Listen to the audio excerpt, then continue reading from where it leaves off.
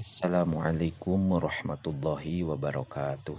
Bismillahirrahmanirrahim. Qala al-muallifu rahimahullahu ta'ala wa nafa'ana bi ulumihi fid dharaini amin ya Allah ya rabbal alamin. Wa alaika sareng eta tetep misti ka anjeun bitakwiyati imanika ari kalawan nguatan iman anjeun. Wa tasbiti yakinika sareng netepkeun kayakinan anjeun. Wazalika sareng ari itu takwiyah bikasroti tilawatil Qur'ani eta kalawan nyeueurkeun maca Al-Qur'an.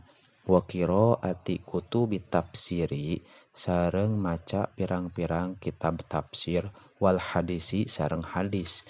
Wa kutubil ulama'i sareng pirang-pirang kitab pirang-pirang ulama an-nasihina anu nganasehatan.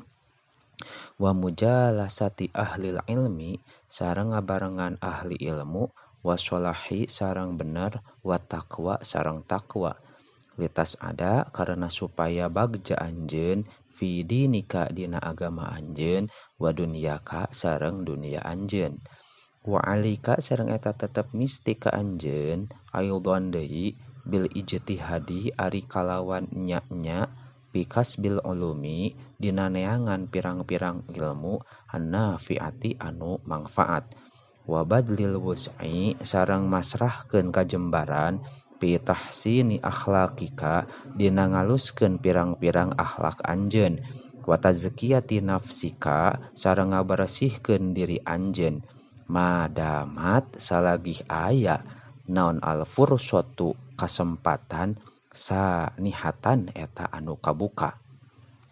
Wa anta sareng ari anjeun fi unpuani syababika eta dina waktu ngora anjeun.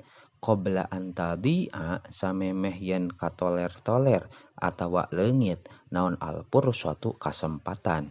Pata'alto tuluy ngegel anjeun bananan nadami kana tungtung ramo lantaran hanjakal. Walayang fa'uka sareng henteu mangfaat ka anjeun naon al-asapu hanjakal walau bakaita sanajan ceurik anjeun adama kana getih.